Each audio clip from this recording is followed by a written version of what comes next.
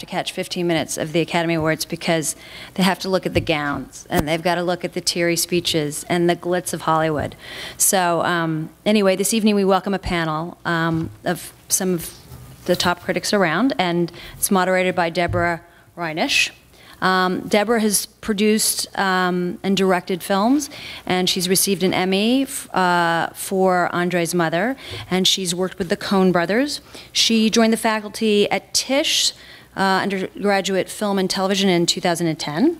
Michael Musto, next to her, writes a hilarious column called La Dolce Musto for the Village Voice, and he's been a recurring guest on lots of television shows.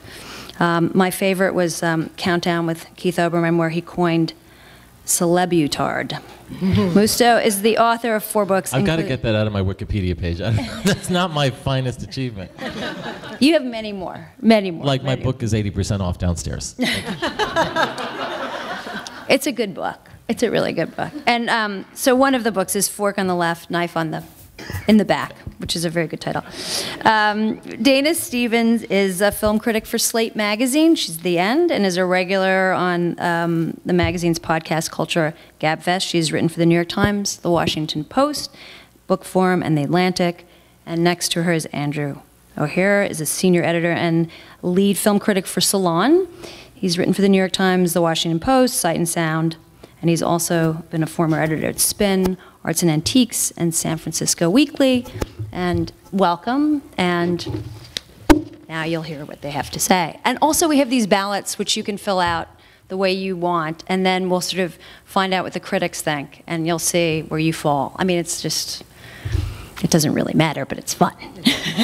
Okay, thank you. Thank you. Welcome. Can you hear me okay?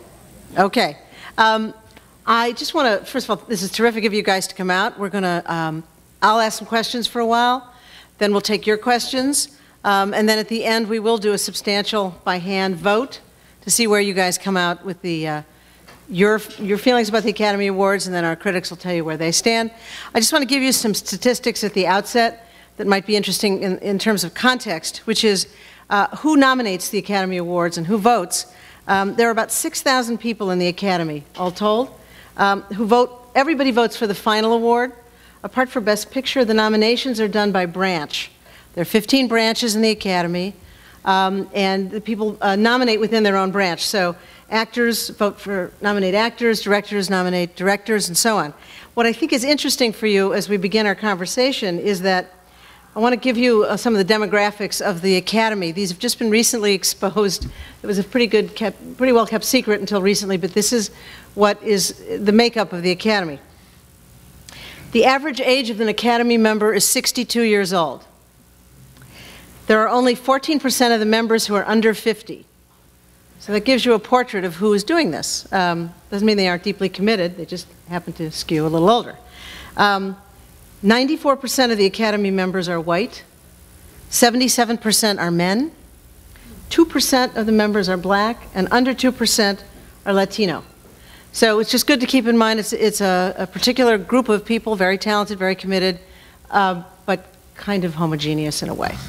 Okay? So I'd like to... We've got to get Abigail Breslin into the Academy. I mean, she will skew everything back down. But no, I'm not surprised when you consider the stodgy things that they usually vote for, and also the fact that Best Actor often goes to an older actor like a Jeff Bridges who's been around, and this is like his valedictory award. And Best Actress often goes to an attractive, not the oldest one in the category, but maybe middle-aged, who the straight percent, what percentages are straight there? I don't have that, but I'll get back to you. But I think they favor a younger type, and that's why I don't think Meryl Streep is going to win again. Every year Meryl Streep deserves to win. Am I starting too soon with the Meryl Streep rant? Well, we were going to do actors a little bit later, but you go ahead. I just feel that Iron Lady is an Oscar-type performance. She dominates every frame. She inhabits the skin and the makeup of, who was it, Margaret Truman? No. And she was, you know, I think oftentimes she has deserved it, but there's an erroneous feeling that, oh, she's won enough, even though she only won twice 30 years ago, literally, one for supporting. And also, I think there is an ageism, and now I see why. These old white men are going for women that get their rocks off. Okay. All right. Well, I'm going to step back just a little bit and start a little more generally, and then we will get to performances. I just wanted to start with something that Andrew wrote about the Oscar season. I think he was in a conversation with his editor, and here's what he says. The Oscars are quite a bit like the Republican presidential contest. Just because the whole thing is a charade doesn't mean that nobody cares or that we can ignore it. So apart from this nice invitation by the Strand, why are we here? Why are we so fascinated by the Oscars? Please. I think it's an excellent question. To me, it's a long-term cultural fascination. The Oscars have a way of holding up a strange mirror. And as we just learned, the mirror is not created by people who resemble the general population. It's the industry's way to cast itself in the most favorable light. But there is this strange sense that I think we all share, that the Oscars tell us something about the state of our culture. It may not be something we want to hear all the time.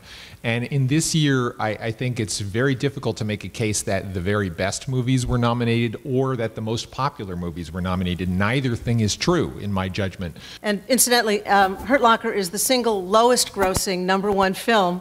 I have the whole chart. It remains the lowest at 17 million. Go ahead, please. And everyone thought, well, now that it won the Oscar, people will rent the DVD. 3 people rented the DVD. It's like nobody wants to see The Hurt Locker. Maybe if it's turned into a reality show. But I think it's a great development that they actually started not thinking of the ratings of the Oscar telecast by picking the movies, but actually picking what they thought were the best movies of the year. And also it's a variable number of movies. This year it's 9 for Best Picture.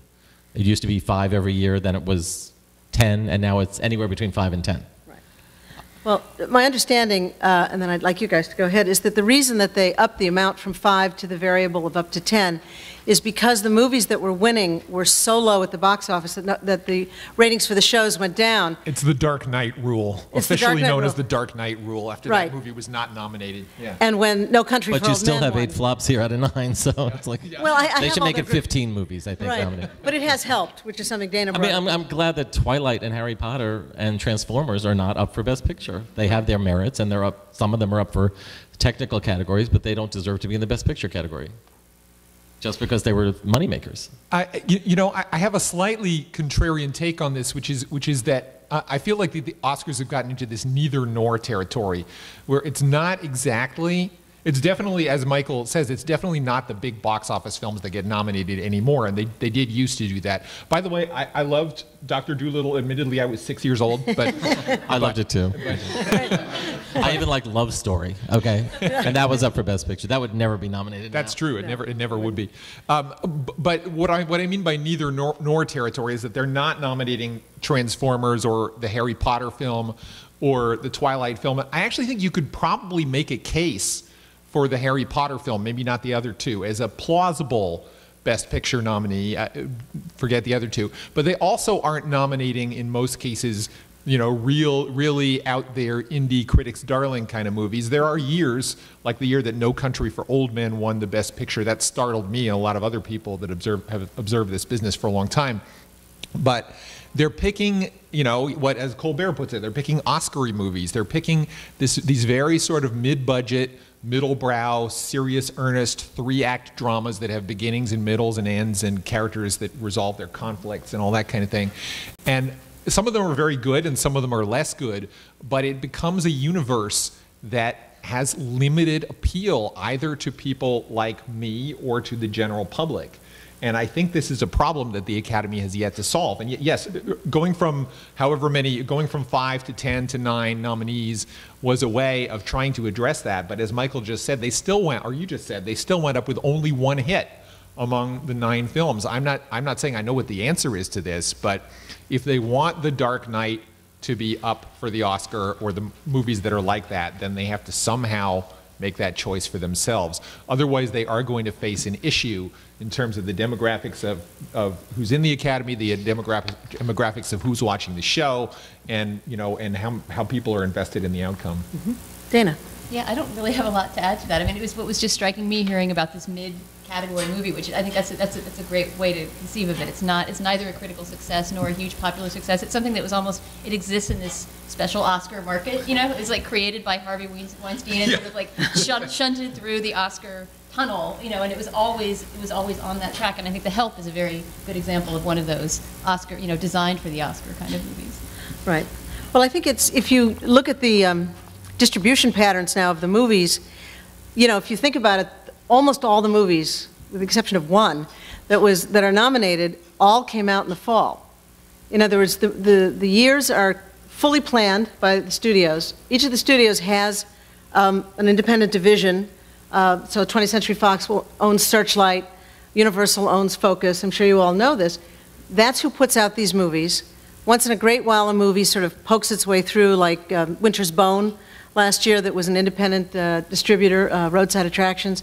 Albert Nobbs is an independent distributor. But in general, now you're seeing movies that are, it's like they're, you know, grown on a farm for salmon. They are grown for awards. They have a certain budget. They attract a certain kind of actor.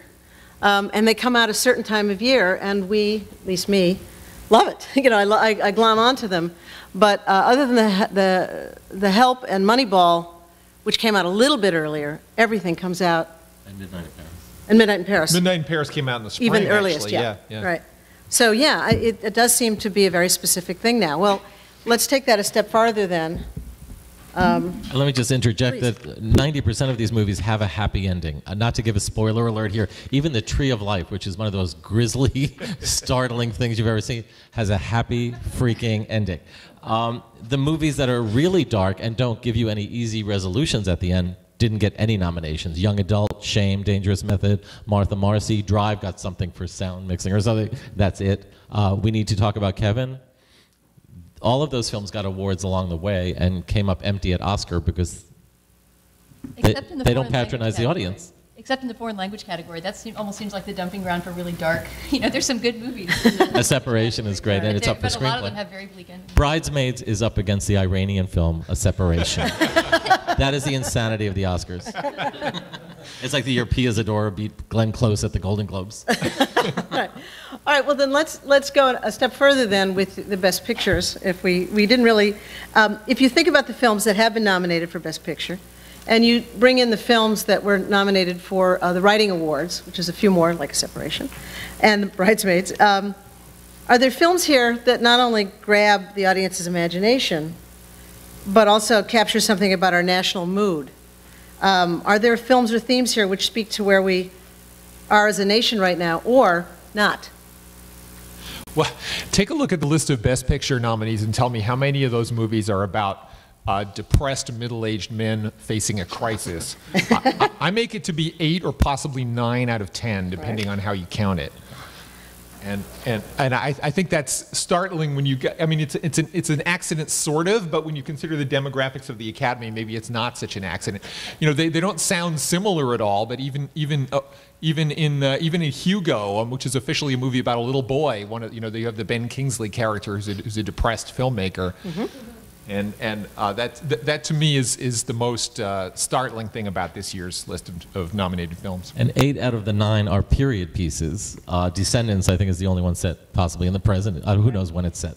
It could be a period piece, but yes, it could. 8 out of these 9 were done by filmmakers taking us back to some candy-colored, nostalgia romp. I think because when they started these movies, the recession had kicked in big time, and they thought everybody was going to line up to pay for these, but nobody can afford them.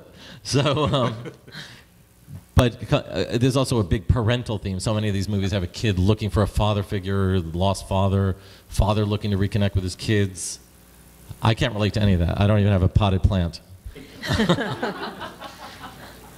But does that give us something, is that depth or is that commercial? Is that deliberate or is it coincidental? Is it simply about a longing for a simpler time? I mean, when you look at the movies of the 1930s, you have an interest in social injustice at the same time that people want to be cheered up. You had both.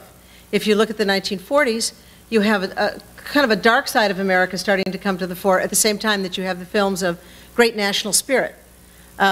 Is there something going on here that's meaningful in the fact that these films all seem to be about longing for a simpler time, longing for a less complicated time, or are they pointing us in the direction of something better, something different? Is there anything here that I don't know. is That's meaningful? exactly the kind of Oscar question I never know what to do with because it's so grand. I mean, I think that the point about nostalgia and looking backward is really true of a lot of movies, but also married, interestingly, to very forward-thinking technology in a lot of those movies, right? So for example, Tintin is not an Oscar-nominated movie, but I'm thinking of a kind of a movie that's set in the past that's trying to evoke the past. Oh, Hugo would be another example. It is very technically, advanced and very, very interested in 3D and all these CGI technologies. Yeah, I'd like to come back to that, actually. Anything else about the themes? Is there a depth to it, or is it a coincidence? Is it? I feel like it's so hard to judge that in the present tense. I don't know that there is, this is an awful thing to say, but I don't know if there's a single movie among this year's 9 nominees that I know for sure I'm going to want to watch again in 10 years.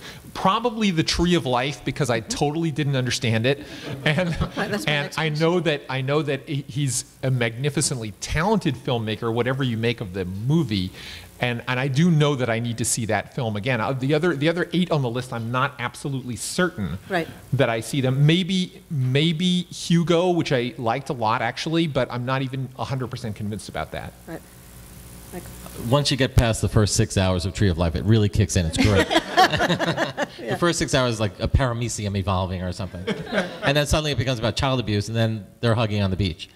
But I agree that it's a brilliant work, and I was thrilled that it was nominated. That's real amazing sign that they're going for something of quality that everyone had ruled out as a possible nominee because it was too weird, it was too challenging.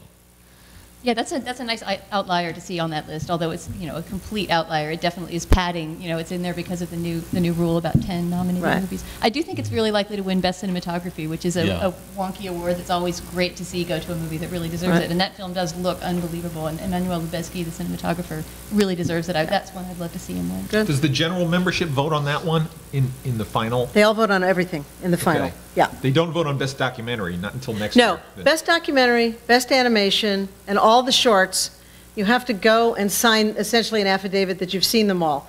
Most of the shorts you have to literally go to the Academy and sit in a room and someone takes your name. Those 5 categories you have to substantiate that you've seen them, but then anybody can do that and anybody can vote. Well, let me read to you all so we can ask, you guys can respond and you can respond further, because that was my next question. Is that, moving towards the directors and also talking about Tree of Life being probably the most metaphysical of the movies that are of the 9, I'll read to you what David had written about it. Who here has not seen Tree of Life? Because that's interesting to me. Okay, great. Terrence Malick's Tree of Life, this is what David Denby wrote. Terrence Malick's Tree of Life is insufferable, interminable, madly repetitive, vague. I'm glad he didn't show up. Wait, no, it gets better. I would have just, no. That's why I wanted, okay. Madly repetitive, vague, humorless, grandiose. It is also astoundingly one of the great lyric achievements of the screen in recent years, and a considerable enlargement of the rhetoric of cinema. Can we talk now about why this is such an astounding directorial achievement? Put it in category with the other films directed by other talented directors and our nominees. And is this the movie from 2011 we'll come back to over time? You guys walk me perfectly. That actually is a very good write-up, and it's so true. It was challenging. You sat there, how am I going to get through this? And then you're like, oh, I'm loving this. It's hypnotizing me, and then you're wrapped in the drama of it. And it's surprising you. It's annoying you, and a movie should be annoying. It's not pablum. Let me contrast that with what I call extremely loud and incredibly Glenn Close, which just reeked of Oscar movie from the second they announced it. It was based on a book, a novel about a kid with Asperger's, which is the new hot trend in Hollywood. It excuses all annoying behavior if you give a kid Asperger's. And he's looking for a father figure like every other movie. His father died in 9/11, played by Tom Hanks. 9/11's not played by Tom Hanks, the father. And the kid decides to look in the phone book and look up everyone named Black, and that's what the movie is. He looks up everyone in the phone book. I won't even give any more away, but it was actually moving and well done for a while, and then at the halfway mark became beyond pandering, condescending, exploitive of 9/11. and it still got nominated. And see, that kind of makes up for the Tree of Life thing, because that's an old style Oscar type movie that got nominated anyway, even though nowadays we're supposed to be too savvy to acknowledge this kind of film. Well, it is interesting that both of those films got nominated. You wouldn't imagine they barely exist in the same universe. You know, they're molecules that never touched in any theoretical way. And a lot of the movies on the list are very traditional Oscar films. The Help, we've already mentioned. War Horse is about the most traditional, old school Oscar kind of movie you could imagine. If that movie had been made in 1960, and it pretty much was made in 1960, it would have not just been nominated, probably won the Oscar. It's exactly following 1930, maybe. It's an imitation John Ford film in many ways. I didn't love the film, I respected it, but I think it's striking that you have something that is so visibly a product of old school Hollywood that was nominated in a way that seems almost obligatory, and it's not going to win anything major, it appears. And it is impressive that they nominated The Tree of Life. For those of you who have seen it can back me up on this. It comes very close to being an experimental film. I mean, it has very little in the way of a conventional narrative. And in fact, there are pieces of experimental film in there. Malick it isn't underhanded, he bought pieces of the films of microscopic life forms and things like that. Those were purchased from an experimental filmmaker who was working in a scientific laboratory, and interspersed in there, and images taken from the Hubble Space Telescope and things like that. It's an almost abstract work in places, as well as being a portrait of boyhood in 1950s Texas. And a work that's really difficult to get your head around, and to have that in the Oscar race is unquestionably a kind of breakthrough, in the same way that Extremely Loud and Incredibly Close I 100% agree with Michael on this one, a throwback to pretty much the worst kind of Oscar filmmaking. As a New Yorker, as somebody who personally lived through 9/11, as I'm sure many people in this room did, I felt insulted by that film. That's what I would say.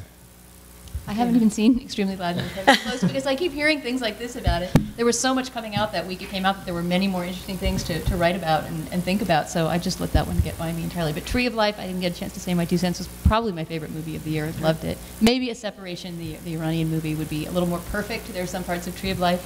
It's such a vast canvas that there are some things I might have weeded out, but I think it's a beautiful film, and I was happy to see it. And A on Separation is the anti-artist. I mean, the second it starts, they're talking, they're yelling at each other, and they don't shut up for the whole movie. And it's riveting. It's riveting. And I'm a little tired of this non-communicative trend, because Max von Sydow was nominated for supporting for Extremely Glenn Close, and he, cutely enough, is some weird guy who only communicates through notes. And Melanie Laurent in Beginners, which will win for Christopher Plummer, communicates via notes cutely enough, and I just think it's all too cute. And the shots of the dog and the artist were just too much.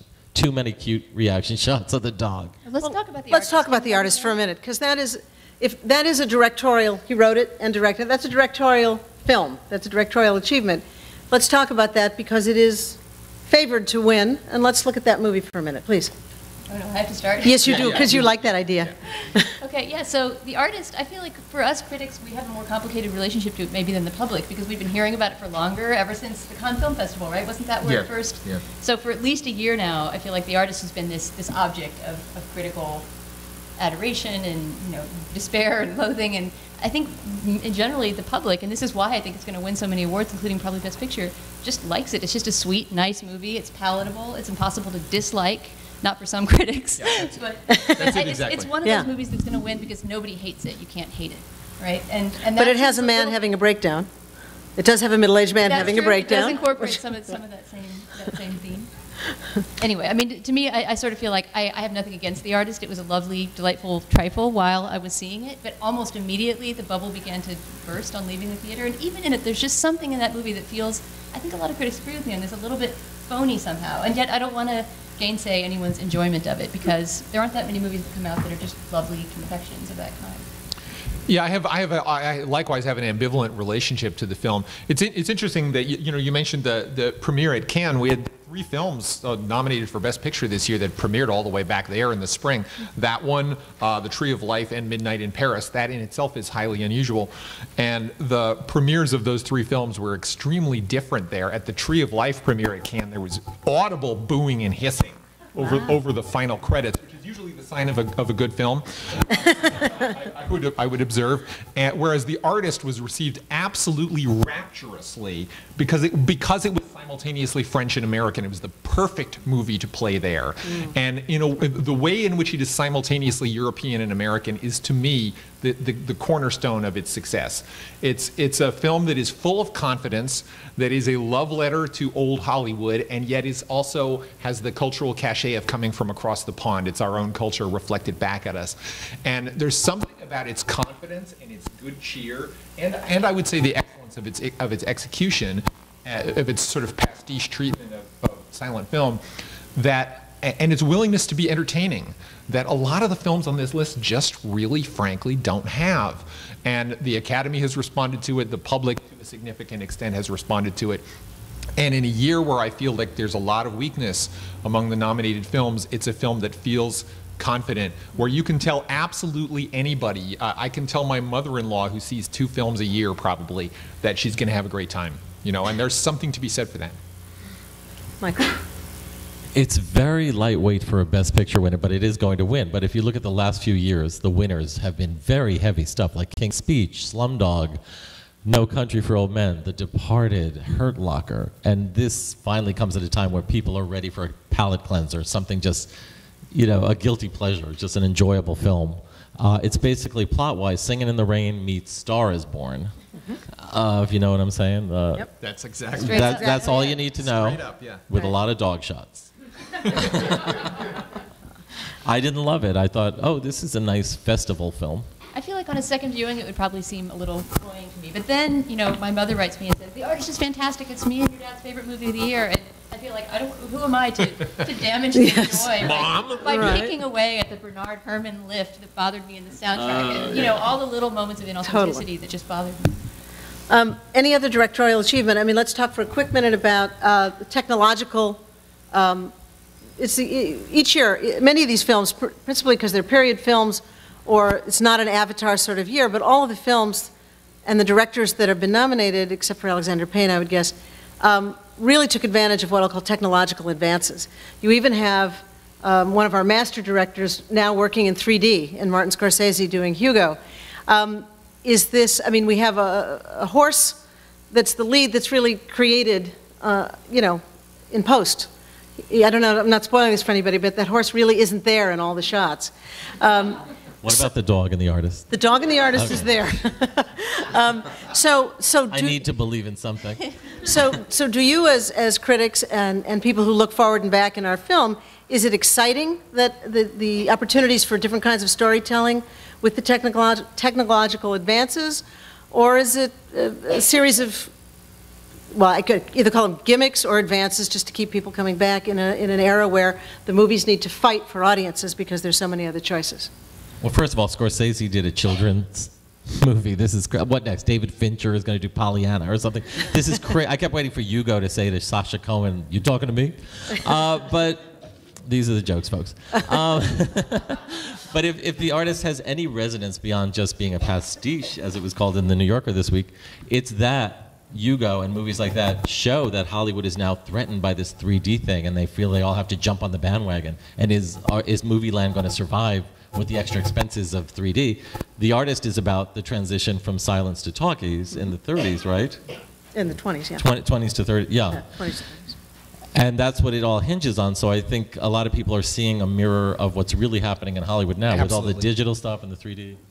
Yeah, absolutely. The part of the success of The Artist has to do with an industry that's in crisis, responding to a movie that's about an industry in crisis. No question about it. My take on Hugo is actually a little bit different than that. I think that it's actually a profoundly personal work for Martin Scorsese. I think it's a movie that addresses many of his deeply held obsessions. I think it's probably it's a film that I loved on first viewing, and then on second viewing I could see that it had flaws, that it's too long, and I think the story of Georges Méliès, as fascinating as it is kind of a tangent in a lot of ways to the story of the kids in that movie. But I did think the use of the technology and the sort of creation of the artificial world was kind of magnificent. It may be a sort of closed-off candy world, but the motes of dust seen in 3D, nobody but Marty would have tried to pull that off. And it's kind of a beautiful thing. I think that the use of 3D does open up some real possibilities for artists on occasion, and that's one of them. I would just add that another big technological possibility opened up for artists this year was in what's it called, performance capture technology. And Andy Serkis wound up not getting any nomination for Best Supporting Actor, I think in part because Academy voters don't know what to do with this monkey man that he played that's digitally created and is sort of a person but not really a person. But as that technology evolves, it's getting closer and closer to real performance, right, where the actors are actually in a room acting together. There's nothing about his performance that wasn't him, really, right? So I think that in coming years may be a point of contention, and I can imagine there being some agitating on behalf of the monkey men among us. Do you think Planet of the Apes is what you're talking about, right? Rise of Planet of the Apes. Do you think that will win for Best Visual Effects? I can't imagine it wouldn't win some technical awards, yeah, but I have no idea how they decide on tech awards.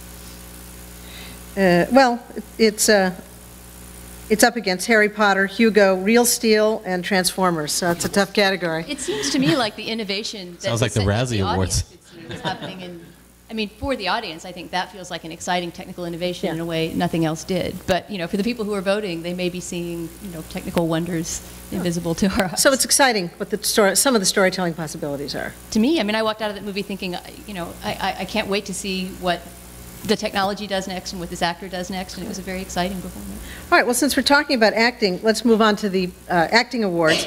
And I'd like to begin with something that Dana wrote. In talking about the fact that sometimes Best Actor, Actress supporting awards honor an actor's body of work rather than a particular performance, you said that sometimes it just comes down to who's older and in worse shape. So could you talk about, each of you, the performances that really knocked you out this semester. See, I'm still in school. This knocked papers do? No, this is a good oral exam. You guys all passed.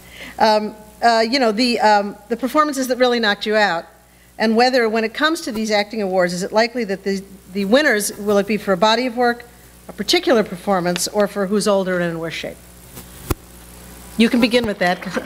But I'm interested in talking about the actors and the actresses, and we can do supporting, which is who you were speaking of at the time. Right. Well, I think, I mean, that sort of cruel joke just came up in the context of, the supporting actor race, and which seems like it's down to, it's probably Christopher Plummer who's going to take it, but the only possible other contender would be Max von Sydow, who is even older, and I hope not in worse shape. Love you, Max. But that's and he's going to write his speech on a piece of paper. It's going to be so cute. Or he'll just read his hands. But yeah, there's always at least, and then of course there's the Lifetime Achievement Award that gets presented too. It seems like there's always that moment of paying symbolic obeisance to age at the Oscars, even though youth and glamour are really going to win the day. In the end. Well, let's talk about Best Actor. I mean, there's a lot of conversation about George Clooney, who hardly feels, you know, on his last legs, getting an award for his body of work as opposed to this performance. Can you each talk a little bit about the nominees for Best Performance by an Actor? Well, what I'd like to mention about that category is the startling fact, and I don't think he's going to win, but the startling fact that we found out for the first time that that Brad Pitt could actually act, and it blew me away, quite honestly. That not merely in Moneyball, which I didn't think was that, necessarily that great of a film, but his character, the heart and soul of that movie, but certainly also in The Tree of Life, which I thought was a magnificent performance and a very challenging dramatic role. And it's fascinating to me to have somebody who's been a movie star for so long suddenly demonstrating that degree of dramatic range, and I think that's a wonderful development. Clooney's role in this ceremony is going to be a little bit more enigmatic, because I think after The Descendants was released, it looked to a lot of people like he was going to win the Oscar, and now we all think he's not. So I don't really know what that says. I think maybe George is not ready for his career achievement award yet or something. Instead, they by all appearances, are going to give Best Actor to a guy that nobody in Hollywood had ever heard of a year ago, which is it's not unprecedented at all, but a somewhat unusual turn of events. Yeah, it is going to be odd if the artist sweeps all the categories that people are saying it's going to sweep, because it'll suddenly be like Midnight in Paris at the Oscars, right? I mean, it's going to be like French accents everywhere. Yeah, I don't know that I have a lot to add to that. It seems like Dujardin is a shoo-in, and nobody's on this Best Actor list who's really got a career achievement award coming to them, I would say. Yeah. Michael? Well, I agree that Brad Pitt is a superb actor as well as a great movie star, and I actually have sensed this for a while. I thought he was great in *Inglourious Basterds*. I thought he was great when he started out in *Thelma and Louise*. And he's still with Angelina. He deserves something for that. And I actually am sticking with predicting George Clooney because every year I predict someone all year, then I change it at the last minute, and then I'm wrong. So I'm staying with Clooney. I actually think he gives a superb performance in *The Descendants*. He's not an over-actor. He doesn't chew scenery. He doesn't overplay his hand. He's subtle. He's a master. I just thought it was beautiful, and he talks, you know. Unlike all the other nominees, he actually talks. And yeah, ever since Dujardin won the SAG award, everyone's switching over to Dujardin. But usually 3 of the 4 SAG winners win the Oscar, and 1 is usually different. Okay. So I'm going with that one. I've done my research. Yes, you have. Well, I'm going to ask. Oh, please. I was just going to throw out a little tribute to Gary Oldman, who's been in the business for almost 30 years and has never been nominated for an Oscar before. He's not going to win, but I think that's in a way his career achievement. He's a little bit too fringy of a character, too eccentric of an actor, maybe to ever win Best Actor, but to get a nomination at this stage of his career is a notable achievement. It's almost like his taste is too good. You know, the movies that he chooses to be in are not Oscar-y kinds of movies. Oscar-y, there we go.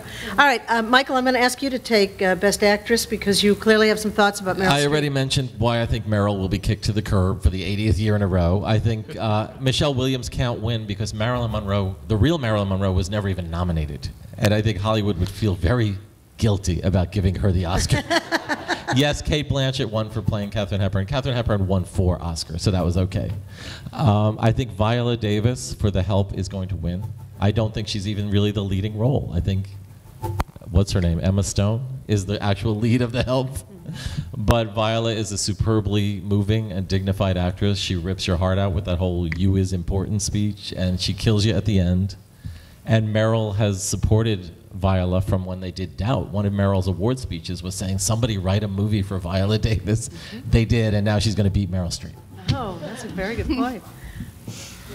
Anyone else? Yeah, I honestly believe that Viola Davis won this award during the campaign, during the Oscar campaign, and I've never seen anybody do that so convincingly before. Her appearance, her speeches at other award ceremonies have been so strong and so compelling, and her media appearances have been so forceful. I don't know if anybody caught her on Tavis Smiley's show recently. If you haven't seen it, go home and YouTube it. It's a pretty short clip in which he expresses his reservations about the nomination. And I understand, believe me, I understand why many African Americans have reservations about this movie and about that role. And she comes back very forcefully and says, you're basically inhibiting me as an artist from playing different kinds of characters. You know, Charlize Theron won the Oscar for playing a serial killer. Why can't I win for playing, you know, a hardworking woman who had few choices in her life? And I think I actually kind of agree with Michael. I don't know that it's necessarily the greatest performance of the year. I don't know that she was the leading actress in that movie, but it's a powerful, emotional performance. And the ambivalence regarding that movie and the racial controversy about that movie is strong enough that Hollywood's not going to give it the Best Picture, but a way of honoring the film while sort of getting around that controversy is to give her the Best Actress. And I think she won it fair and square. Yeah, I agree. I feel like that category is clearly in play between her and Meryl Streep, and either one would be one of those rare occasions where you feel like, yeah, she deserved it. That's great. I can't wait to hear her speech.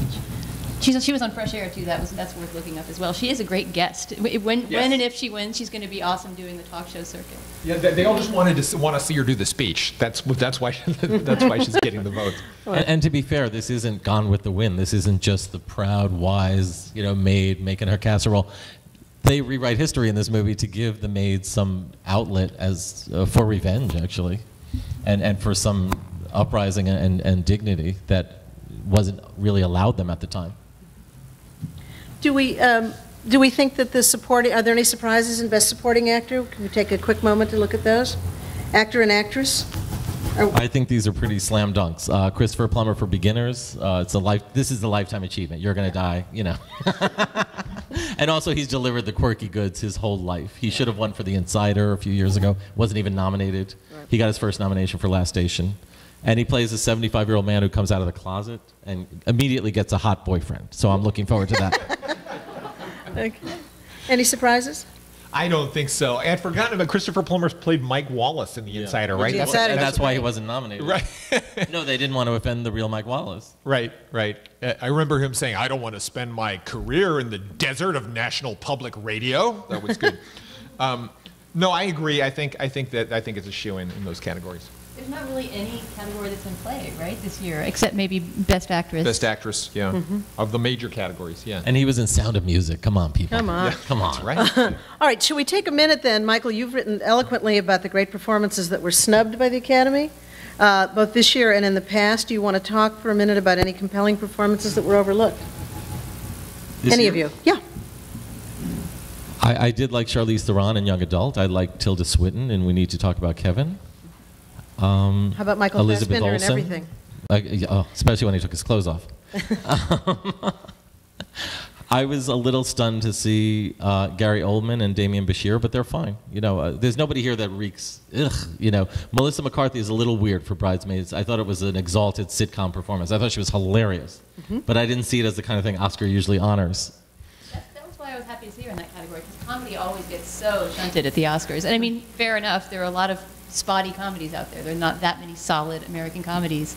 But Bridesmaids was a great cultural moment this year, and I was happy to see it. It did happen last spring. It wasn't part of the whole run up to the Oscars, give me an Oscar campaign. So it was kind of fun to see it pop back up. Yeah, I don't have a lot to. There are always nominations you can complain about. I held out some hope that they would find a way of honoring Melancholia, which is about the opposite of an Oscar film, by giving Kirsten Dunst, a well-known Hollywood actress, a nomination for what I think was a magnificent and very brave performance, and they didn't. I was very disappointed by that. I also highly recommend Coriolanus by Ray Fiennes, starring Ray Fiennes, and Vanessa Redgrave. Really good. Vanessa Redgrave gives one of the best performances of the year, and she didn't get any nomination for anything. It's just criminal. That's actually scandalous, yes. I That agree. movie basically fell into a well after it was released, right? What happened to it? It was so good. Isn't it a Weinstein film? I think their preoccupations were elsewhere. Right. Yeah. Okay, because they're the best at getting films in the forefront of Oscar consideration.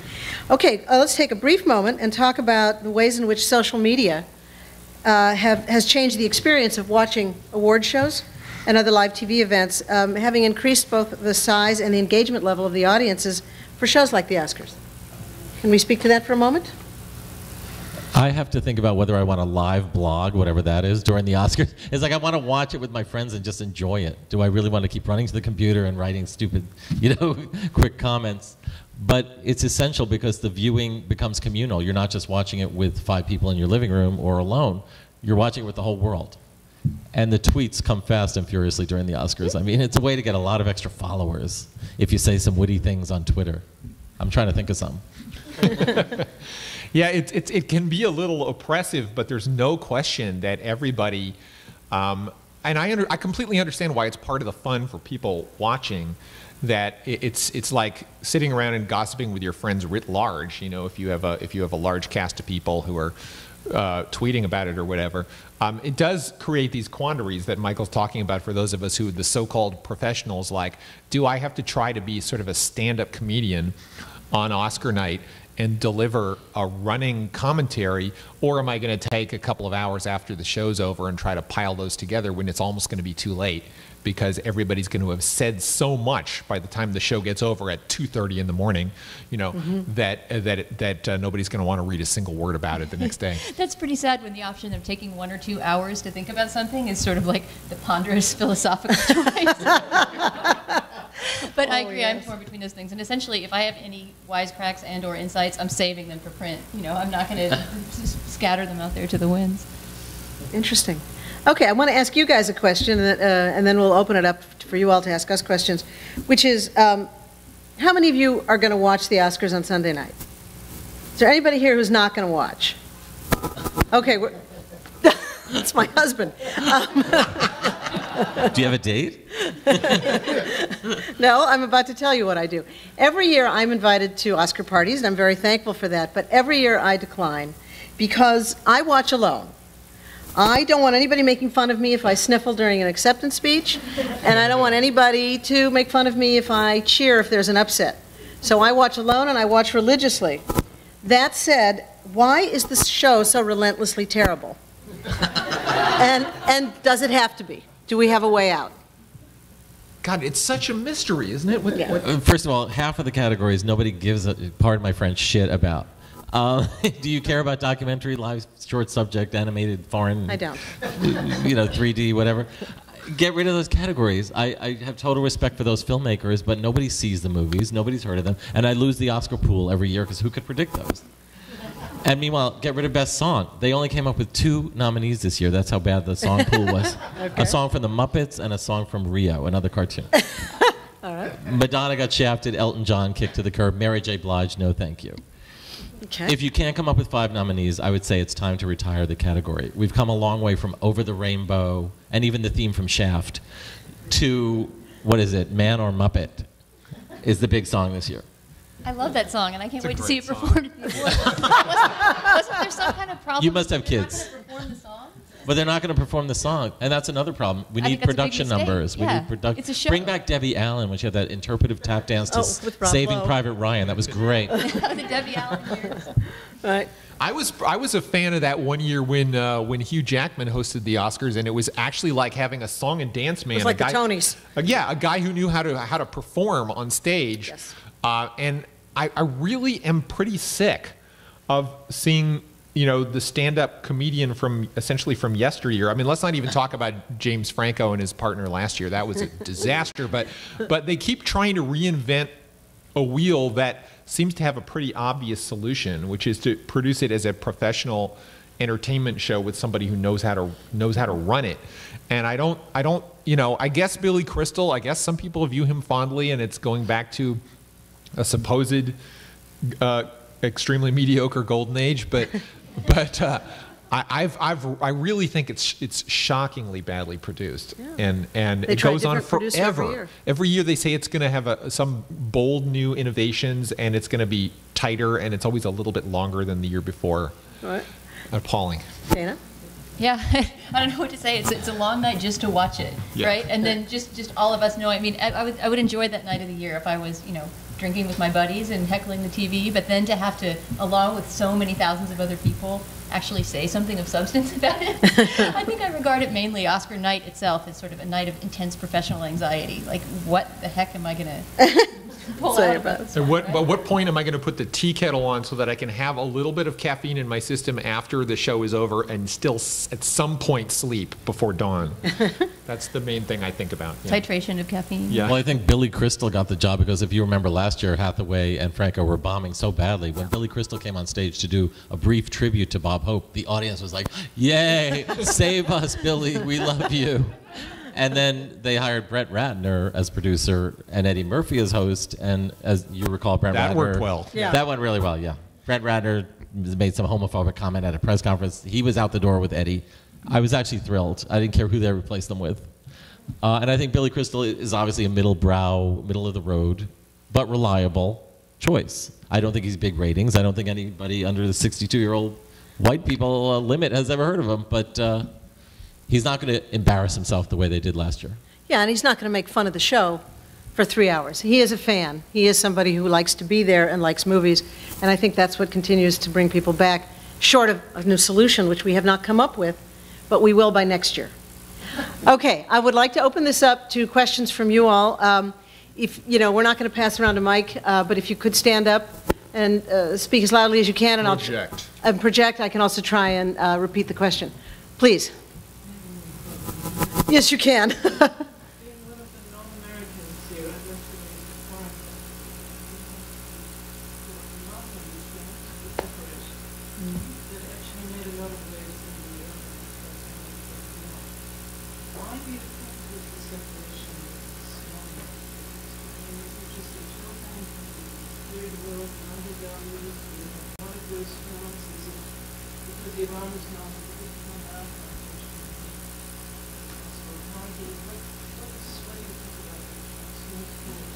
It's a very good question. Could everybody hear? Okay, good. Oh, I'm sorry. Oh my. Talking about the Best Foreign Film nomination, Separation was nominated from Iran. Can you talk about the film, and can you talk about why perhaps that film? Was it a sop to the third world? Is it because Iran is in the political terrain right now? Would you say that's it? Yeah, and the third point, though, is because Iran really deserves to be nominated because it was at the forefront of the debate in many respects. It released a lot of very commendable. Yeah, I would answer yes to all of those questions. Essentially, I think that I think all three of us have already expressed the view that it's a remarkable film, and that anybody who sees it, regardless of what country it was made in, would have the same reaction to it. But I think you can't 100% separate the political context. The fact that it shows us a pretty unvarnished picture of life inside the Islamic Republic in all of its complexity at a time when we're faced with many stereotypes about what life in Iran is like, I think is a way for people in Hollywood to send a little bit of a message, maybe, that there's some human commonality that you can see in that film. And I think that it was also marketed very shrewdly. Sony Classics, who are experts at marketing foreign films, picked it up and positioned it for the very end of the year, where they knew that reviews would hit all at the same time, and the critical response was ecstatic. And the opportunity to move beyond politics and talk about an Iranian film on aesthetic grounds was, I think, irresistible for the Academy members. Okay. Yeah, I would say that the recognition of Asghar Farhadi, the director and writer of that film, in the whole season, not just Oscar season, but the critics, awards that were given at the end of the year. I mean, just across the board, that movie won every award it was up for, basically. Yep. And it seems to be the front runner for Best Foreign Film, too. And it's been one of the most heartening parts of this award season, I think, that a movie that is genuinely a great work of art and genuinely deserving is getting a lot of recognition. It's superb, and it holds a mirror up to the class struggle in Iran. I mean, it shows different warring people from different classes, and also the judicial system where you sit in front of some moderator. It's like small claims court, except he's telling you you're going to jail for 30 years. But you know what? I went to see it at Film Forum after all the reviews and the awards hit, and it was half empty. So we have to go. Yes. Support it. Very good question. Someone else? Surely you must have another question, please. I think I heard on NPR on the Pop Culture Happy Hour a really startling kind of facts about how they picked the Best Picture nominee. I just wanted to clarify because I thought it was very interesting what was turned out. So I'm not going to say this here. It was about, I think, to get nominated for Best Picture, you had to get 5% of the #1 pick of people in the Academy. So out of 6,000 people, they had to pick their #1, and if you got 5% of that #1 vote, you got some 15. Which I thought was pretty remarkable that there were 9 or 10. I can't speak to the nominations. I can tell you how they do the finals. Are you guys up on this at all? It's complicated. I don't think you're completely wrong when you say they use a proportional voting system where everybody who votes lists a certain number of choices of ranked choices, and then they go through and see if anybody meets the standard the first time. Then they chuck out the bottom one and keep going. And ultimately you wind up with between the 5 and 10 nominees.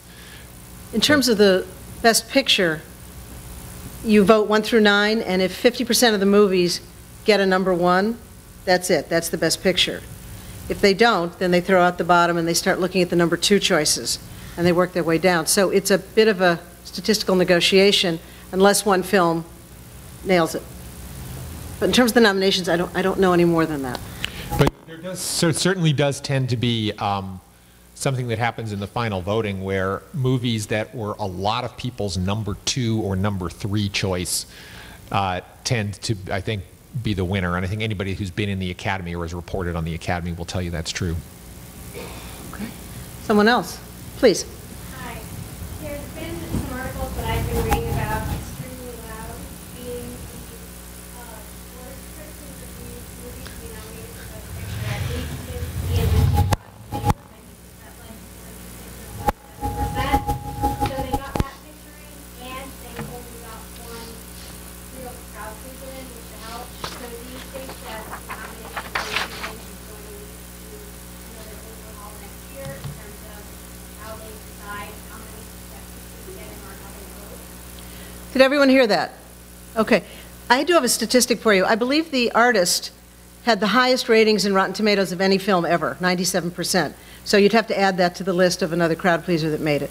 But please. You mean crowd pleaser in terms of popular box office, Blockbuster. right? Oh, no, it's not a blockbuster, sorry. Okay. So in terms of critical Trading off critical versus box office, are we in store for another revamping next year of the system? The Help is the only hit on the list, and even that is, I think, you know, did pretty well, but I think you're talking about maybe $70 million. 163. Oh, is it that much? Okay, I'm wrong. But, so that is a pretty big hit. But I don't know. Only 9, right? Yeah, there's 9. Right, so already the 10 rule lasted 1 year, right? Right. They reinstituted it last year, and now Right. it's Was it 2 years or 1 year? I Yeah, can't. maybe it was maybe 2 years. But I mean, they have had, you know, Inception and Avatar were nominated the last couple of years. They didn't win. So they have had some pretty big hits among the Best Picture nominees in recent years. And I think that in general, they're going to try to, whether it's a conscious decision on the part of the voters or not, they're going to try to get 1 or 2 of them on the list every year. Whatever they have to do to ensure that something that made, you know, 9 digits gets in there, I think they're going to find a way to do it. So kind of a conditional yes to your question. Okay, please. Yeah, Sir. I was surprised what you said about the artists, because I love the movie, but I walked away with, who did they make this movie for? Because black and white, silent film, where I work, nobody wants to see it. Nobody wants to sit through a movie like that. So when they put this movie together, you know, they're doing it for money. I had to wonder, who were they making this for? It seemed like they just did a small film out of love or whatever. But Isn't it basically a surprise that film made it stateside at all, right? I mean, wasn't that just sort of the vision of Miramax to bring it over? Yeah. Essentially, that was a movie made for the French market. I mean, you're going to know, you were at Cannes, so you're going to know the background better than me. But was it already a hit in France? I mean, it hadn't, you know, it hadn't been released yet at that point, but I think it took everybody by surprise, and I think it was, I think it's the, you know, more of the dark genius of Harvey Weinstein at work, you know,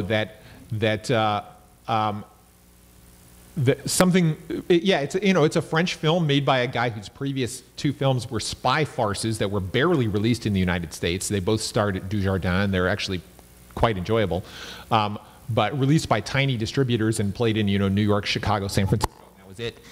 And this film probably would have had a similar fate if it hadn't been purchased, very strategically marketed for an American audience. I think it's a marketing triumph as much as a filmmaking triumph. Harvey even got a nomination for the Madonna movie. Okay, he is a genius. a movie like 50-50 that didn't get any nomination. Right. I remember walking out of that movie thinking, wow, that was a One of the best cancer comedies I've seen in a while. yeah. Well, I think there is a side to this that even people like us don't know that much about, which is the machinations that go on before a film is released in terms of what's going to be positioned for the award season and what isn't. And that's really key. And there's no question whether you think what he does is fair or not. There's no question that Harvey Weinstein is able to year after year turn movies that turn surprising films into genuine Oscar contenders. Let me also just add one thing, just apropos of both of those questions, which is, you know, we're talking about domestic gross box office. So a movie here like that's made $20 million here. The Woody Allen movie has made $56 million in the United States. But all of these films are hits, not all of them, but most of the films we're talking about are huge hits if you consider the worldwide box office. So something like, you know, Moneyball, Midnight in Paris, War Horse, and Hugo, all of which have made under $100 million in the United States, which is considered a hit. They're huge when you put together the whole world. And the people who market these movies are very aware of there's a gross to be had in a worldwide market, forgetting about DVDs and subsequent markets. So these films are bigger hits than you think when you consider the whole world. Now, granted, the artist is behind in all of these, but you know, the Help and Bridesmaids are at 169 million domestically. The rest of them are doing fine, even if it does seem smaller here. The one exception to what you just talked about is, you know, Moneyball is specifically a problem because it's a baseball movie. Yes, it's America. You can play it in Latin America and you can play it in the Far East, but in Europe they don't want to know about that. So. Good point. Good point. Okay, how about another question on this side? Please go ahead. I just speak to the numbers of worldwide gross. I know the tin film was a lot of money over. Sure. And I was surprised that didn't get any money. Because of It's stop motion. technology. Yeah. Yeah, because of technology and because of worldwide. Yeah, so. Well, they're doing fine without the nomination, but it, it's still in some technical categories, as we talked Maybe about. there was also a sense that Spielberg had two movies in play. And War Horse was the more awardable seeming kind of movie that had, recognizable. Yeah, but Tintin's not even up for animated film, and it's because they definitely have a prejudice against that kind of stop motion technology. Right. Right, it got shut out in two directions at the same time. And I do think that having two Spielberg movies had something to do with it. The fact that the source material for that movie is almost unknown in the United States, very famous around the world, but almost unknown to Americans. All of those things played a role, absolutely. How about one more question? Michael? No one's talked about Midnight in Paris, which when it came out this spring, I think there was a lot of that same feeling as when The Artist came out, which was confection, trifle. And I mean, everybody gave the greatest Woody Allen movie ever seen, ever made, but it was certainly a return to the funny Woody Allen. And Owen Wilson did an incredible job of channeling Woody Allen. And I was shocked that it was nominated for Best Picture.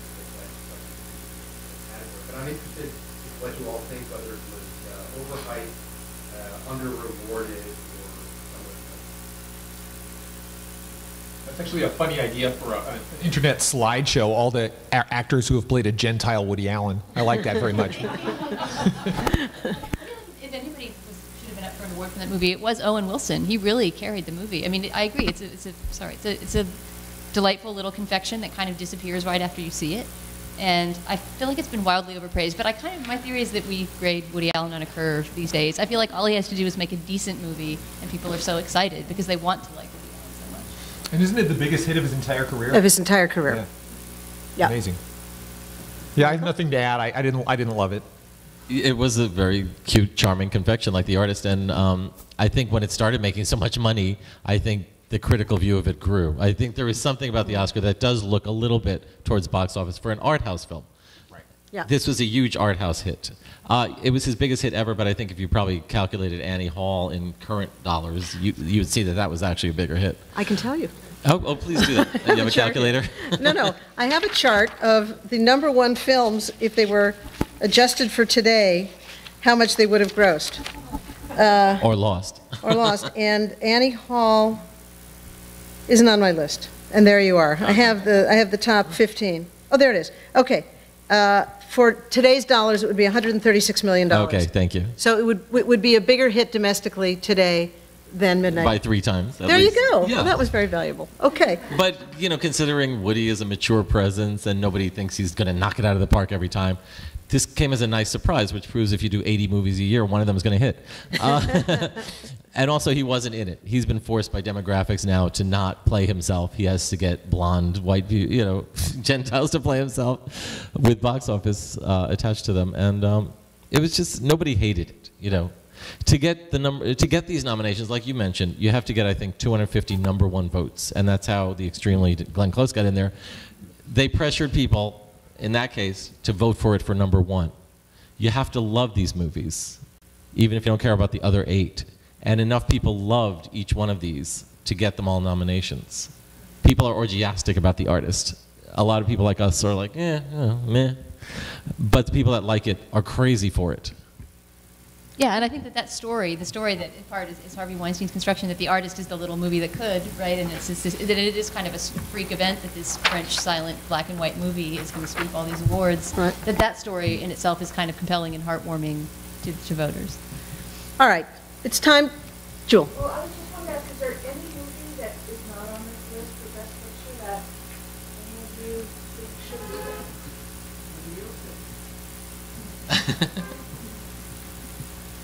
You're also an expert. What do you Well, this has been such an interesting, disappointing year. I can't think of anything that.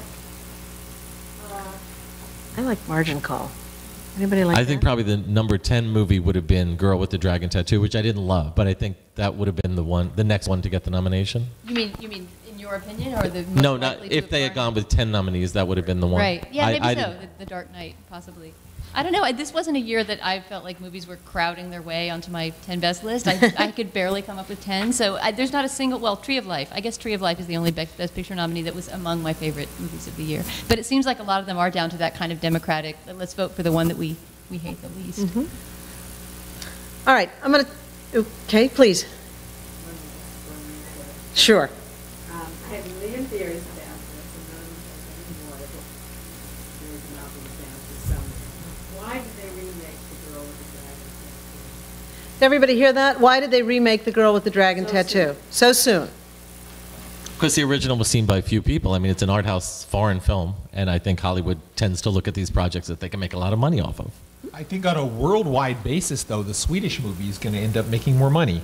That's not in the United States, clearly, but I think because that film was seen was a big hit throughout the rest of the world, and most people in the rest of the world had to watch it with subtitles anyway, and now here comes another one. They've got another version of the same story that they've got to watch with subtitles. What the hell? Why bother? So I think it was a gamble that didn't pay off in a sense. I don't have any problem with the decision to do it artistically. I was really looking forward to the film, and I personally felt really let down by it, and I kind of hope they pull the plug on the franchise at this point. I don't see the point of David Fincher devoting the next 10 years of the prime of his career to a series that isn't really paying off. Yeah, I mean, I'm the wrong person to ask because that whole Dragon Tattoo universe leaves me completely cold. I thought the book was boring. I thought both movies were boring. I hope there are no more movies. But it has that property has a huge amount of appeal. So, I mean, I'm sure it was just remade essentially for the English-speaking market because so many people don't want to see a Swedish movie with subtitles. Yeah. Okay, fabulous questions, fabulous panel. Now is the moment that you're all going to vote by hand. And I'm going to encourage you not to vote who should win or who's got the best odds in Las Vegas.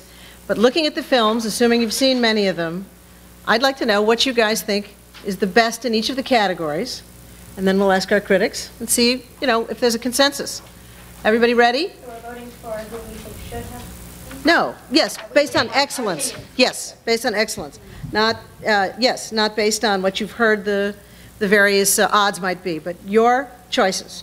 So looking at original screenplay, everybody ready? I'm going to do this in order. Who thinks of these five? It's The Artist, The Bridesmaid, Margin Call, Midnight in Paris, and A Separation.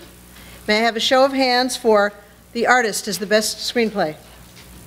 Okay, we've got 2, 3. This is your opinion. Your opinion, from the heart, please. From the heart. No strategy here. Right. Bridesmaids. 2, 3, 4, 5. About 6 or 7? Okay. How about a particular favorite of mine? I don't know if any of you saw it, but it's a film to watch. Margin Call. 1, 2, 3. Okay. Midnight in Paris, the Woody Allen we were discussing. Okay, 1, 2, 3, 4, 5, 6, 7. 7. And A Separation.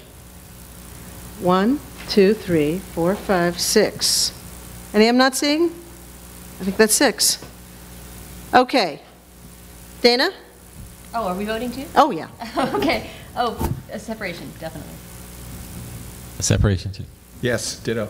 Well, there we have it. Okay, so we've got a consensus of our critics and a tie between Bridesmaid and Midnight in Paris with a close second of A Separation.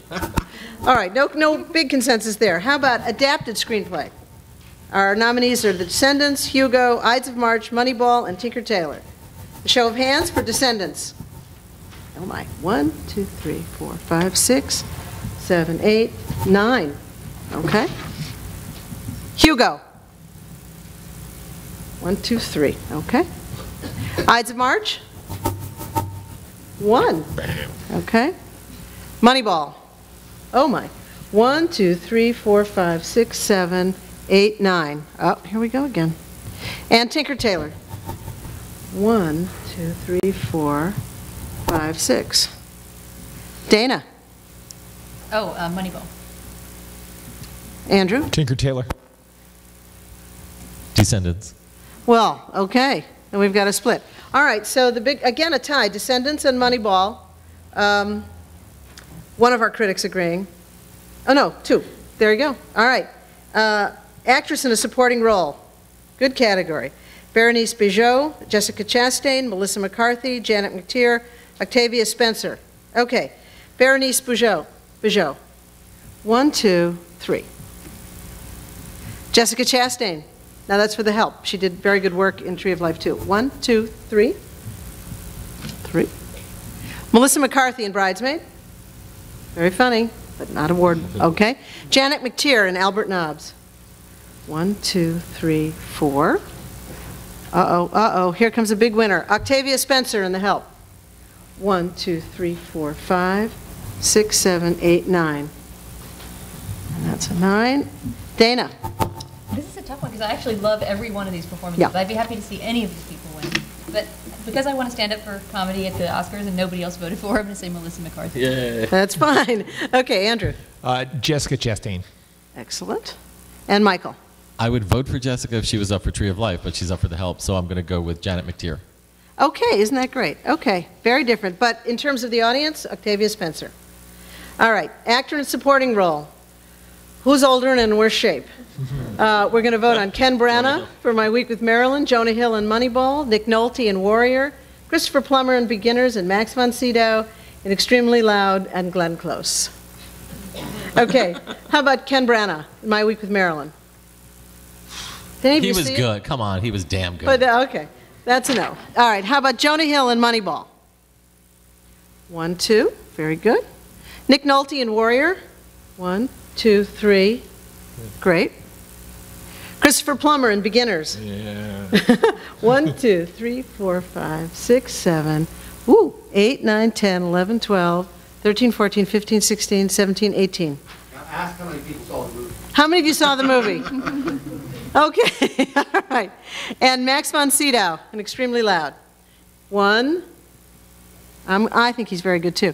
All right, Dana. Oh, I think Christopher Plummer. I mean, in addition to being old, he's just divine in that role. He really is. Andrew. Yes. Okay. Michael? Yes, Christopher Plummer. All right, now here we have a consensus, the critics and the audience. Very good. All right, ready for directing? We've got Michel Hazanavicius, Alexander Payne, Martin Scorsese, Woody Allen, and Terrence Malick. Are we ready? Michel Hazanavicius for the artist. 1, 2, 3, 4. Okay, very good. Alexander Payne for The Descendants. 1, great. Martin Scorsese for Hugo. 1, 2, 3, 4, 5, 6. Excellent. Woody Allen for Midnight in Paris. 1, okay. Wow. Terrence Malick, Tree of Life. Okay then. 1, 2, 3, 4, 5, 6, 7, 8. Do you have one hand up or two? 9, 10, 11, 12. Okay, 12. Dana. Oh, Malick, all the way. Andrew. Such a tough call, but I think I'm going to go with Marty. Okay. And Michael. I didn't realize, this is a very smart audience. Terrence Malick. Okay. There you go. We just gave him. No, I knew, but I didn't realize how smart. Yeah, right. Okay. That was the correct answer. So this is another one in which two of our critics Yes. and the lion's share of the audience went for Terrence Malick. How many of you have That is seen? impressive. How many of you have not seen the film?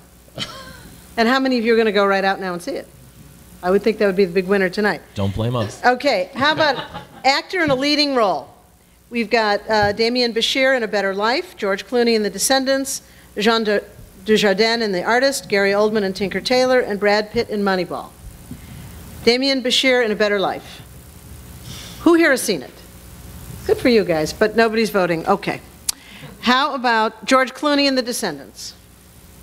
1, 2, 3, 4, 5, 6, 7, 8, 9, 10, 11. Okay? Jean Dujardin in The Artist. 1, 2, 3, 4, 5, 6.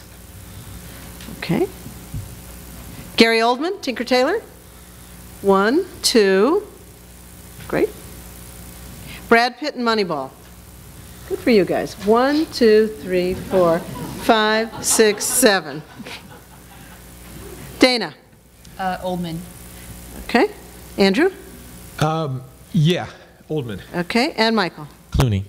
There you go. Okay. All right. So Clooney wins in the audience, but Brad Pitt did very well, and Gary Oldman Also was acknowledged by both critics and the audience. Cool. Actress. This is a big rivalry here, big thing to look at. We have Glenn Close and Albert Nobbs. Yeah, this is it. Viola Davis for The Help, Rooney Mara for The Girl with the Dragon Tattoo, Meryl Streep for The Iron Lady, and Michelle Williams, My Week with Marilyn. No pressure. Glenn Close for Albert Nobbs. Oh. She should have been a Best Actor, maybe. It's complicated. Viola Davis for The Help. 1, 2, 3, 4, 5. Okay. Rooney Mara for The Girl with the Dragon Tattoo. 1. Meryl Streep for The Iron Lady. Wow. 1, 2, 3, 4, 5, 6, 7. And Michelle Williams for My Week with Marilyn. 1, 2, 3, 4, 5, 6, 7. Wow. Okay. Was there? Let's see Michelle Williams again. Oh yeah. Okay. 1, 2, 3, 4, 5, 6, 7, 8, 9. Thank you for pointing that out. Okay. Do you want me to do Meryl Streep again, just in case? Okay. How about let's see the hands for Meryl Streep again. I demand a recount for Meryl Streep. 1, 2, 3, 4, 5, 6, 7, 8. Okay. I should have stood up for all of these, I guess. All right. And now Dana, please. Streep. Although I will be happy to see Davis win too. Okay. And Andrew? Yeah, I would go with Meryl, but I feel the same way. Okay. And Michael? Meryl. All right. Well, you know what's so interesting is that it's really neck and neck between Meryl and Michelle Williams. I wish they both would win. Yeah, interesting. You guys are. There was are a good. tie once, Barbra Streisand and Katharine Hepburn. Katharine Hepburn, right? 67. Wow. Okay, Best Picture. Now we're going to have quite a lot to divide the audience here, so let's think about it. We have The Artist, The Descendants, Extremely Loud and Glenn Close, The Help, Hugo, Midnight in Paris, Moneyball, Tree of Life, and War Horse. Ready? The Artist. 1. I'm going to stand. 1, 2, 3. Okay. Boy, this is an interesting audience. The Descendants. 1, 2, 3, 4, 5. Is that new? 1, 2, 3, 4, 5, 6, 7. Okay. Extremely Loud and Incredibly Close. I'll do it correctly this time. Anybody? Okay. The Help. So interesting. Hugo. 1, 2, 3, 4, 5. Okay. Midnight in Paris. 1. Okay. Moneyball. Hugo guy. 1. Tree of Life. Look at this audience. 1, 2, 3, 4, 5, 6, 7, 8, 9. And War Horse. All right, Dana. Moment of truth. I guess I'll go with all the Malik supporters. This is such a cinephile movie. Yeah, okay. Andrew. I'm going to be a crass populist and go for Hugo. You go, guy. Okay. And Michael. War Horse. Kidding. Tree of Life. Tree of Life. Okay. Wow. Well, this is, first of all, you are a real cinephile audience. You guys have been very astute, very discerning, asked good questions. You came, which is also to your credit. And shall we take a moment then to thank our critics for a fantastic evening. Very insightful.